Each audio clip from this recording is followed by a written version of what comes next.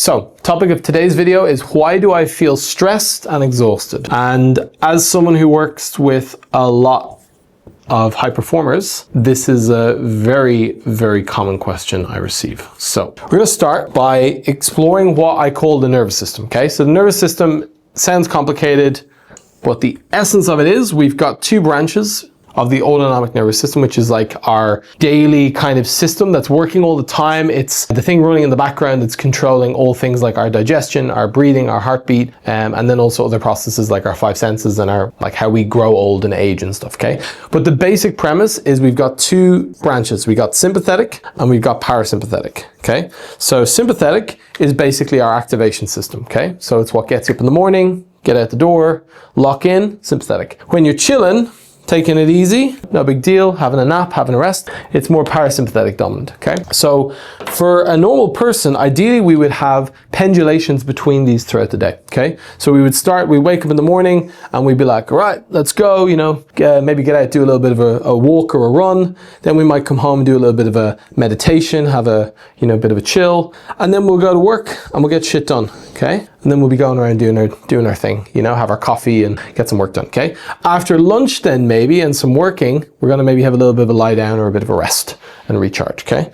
And then we're gonna maybe go to the gym in the evening and pump some weights. I'm gonna add a bit more on this at the end. And then in the evening, we're gonna come home and maybe chill on the couch, take it easy.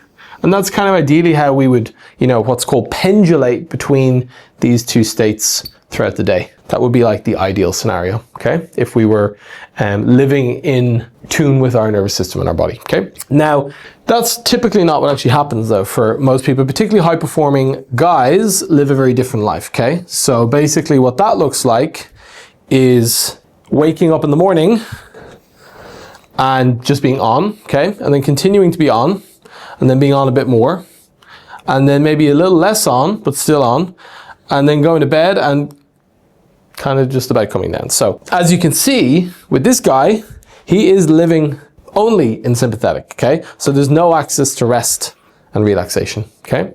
So what happens in this case with this kind of person who lives in this way for long enough, he starts to develop what's called a fake baseline. So the fake baseline means that his usual baseline has moved up. So now what felt like activation before becomes his norm, okay? It now feels like relaxation. So this example is what I usually refer to as, bottles in the club, okay?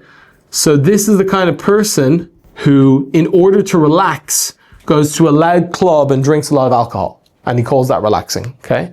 Or switching off, So to him and to his body, it feels like relaxing, but it's actually still very much activation, and he's never really accessing this. Now, there's a number of problems associated with this, okay? The first one is that our body is constantly living in this fight or flight state, which we can do for a period, but over time it becomes less and less sustainable. We've got a buildup of cortisol in the system. It can be called chronic stress. And over time, our body's ability to recharge, repair itself, and to basically perform its normal functions starts to get worse and worse. So our whole system starts to suffer, which is why people talk a lot about sleep, but it's not just about going to bed and closing your eyes. It's about, are you dropping into deep parasympathetic throughout the day and also at night? Okay, so this is one of the main issues I see with high performers is living in this go, go, go state all the time and never really dropping into this deep rest. So next up, I want to show something else. Here's the thing, right? If you were born in an environment, okay, that was like New York City, okay? What's going to be the tone of somewhere like New York City? It's going to be somewhere up here, okay? So if you're living in New York, everything's on all the time. It's firing hard, okay? So you walk out the door and you're stimulated. If you grew up on a farm in the middle of nowhere, then your nervous system is going to be way more used to something down here as your baseline, okay? So there's not much happening. There's a couple of cows, maybe a tractor goes by every now and again, but there's not much happening, okay? So you can see the difference between these two states. Now, what happens if the person from the farm goes to New York? They feel overwhelmed. Okay, they're like, get me out of here, it's too much. What happens if the person from New York goes to the farm? They feel bored. Okay, they're like, there's nothing happening here.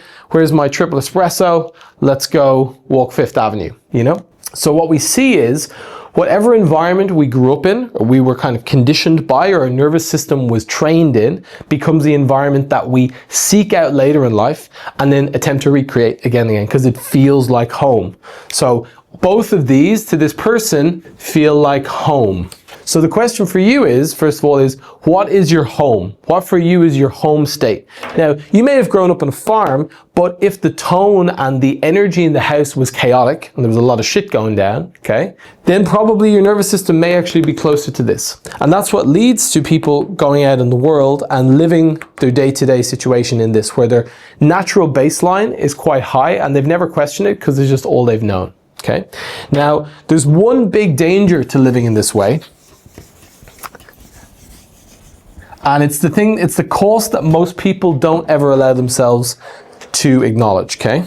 So I'm going to show you two people here. And person A, we've got this thing called our window of tolerance, okay? So the window of tolerance is the maximum line through which if we kind of stay within this area, then everything's good, okay? So it's kind of, we got a top and bottom, which is kind of like our norm, okay? So if we live within our window of tolerance, then everything's good. And occasionally we might want to push our window of tolerance. So let's say someone who goes to the gym, they train in the gym, they train to failure, but then afterwards they rest, then they can grow their muscles and they can feel good afterwards. So that's someone who, you know, does activation, and then they go a little bit outside the window of tolerance, but afterwards they rest. And then over time, this window of tolerance will start to increase and they can lift more weights or they can do more work, they can be more productive. So the window of tolerance is it's kind of like the area that if we live within, we're going to feel the best, okay? And we can gently increase it over time with more and more exposure, okay? Now the problem is some people like to live in this go, go, go state all the time and don't allow any time for rest.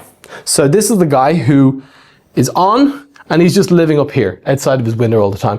And he's propping, he's, you know, drinking coffee, he's going, he's on. And then he's also using other things to kind of numb out and avoid so he can maintain this. And he just doesn't stop. So what happens at a certain point is, of course, his system can't take it anymore and it crashes. And this is what we call a crash or a burnout. So this is the moment where the body, the nervous system has said, it's too much, shutting down. So imagine almost like leaving your iPhone in the sun for too long. At some point, it's going to overheat. It's going to say, you know, you need to go cool down, mate. So this is the area where most people end up finding themselves if they've been living at this kind of go, go, go New York City level for too long. And so this is kind of like the two states or the two versions of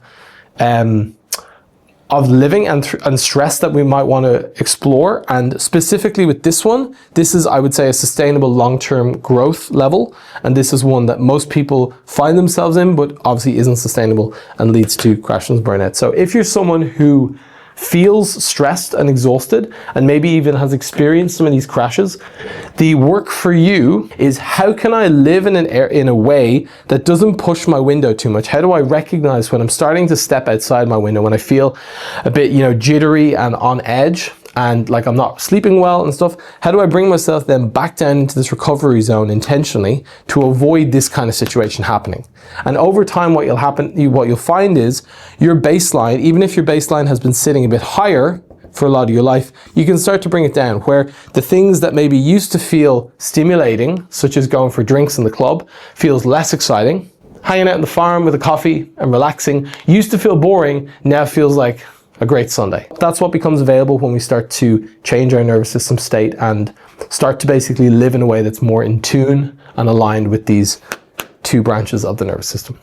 So I hope that's helpful. Check out some of the other videos, subscribe to the channel below, and I'll see you in the next one.